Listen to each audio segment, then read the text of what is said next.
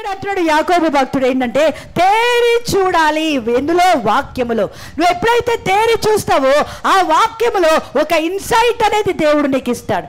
ఈ రోజు వరకు బైబిల్ ఏదో మామూలు పుస్తకం లాగా నీ స్టడీ బుక్స్ లాగా చదివేసేవేమో.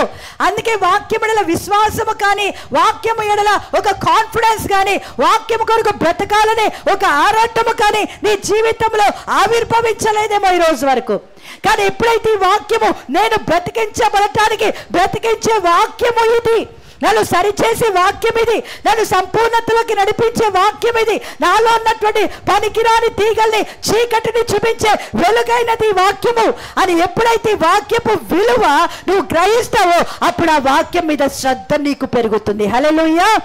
ఎప్పుడైనా విలువ నీకు శ్రద్ధని పెంచుతుంది. ఈ వాక్యం విలువ నీకు అర్థమైతే నువ్వు శ్రద్ధగా దాన్ని చదవడము, దాన్ని ధ్యానించడానికి, దానిని భుజించడానికి, దాన్ని నెమరు వేసుకోవడానికి నువ్వు ఆరంభిస్తావు. నీ పరిస్థితిని గురించి మాట్లాడేటువంటి ఆ వాక్యములో నువ్వు తేరి చూడటం మాత్రమే కాదు, నీకు బయలుపరచబడినటువంటి ఆ మాటలో నువ్వు నిలకడగా నిలబడాలి. హల్లెలూయా.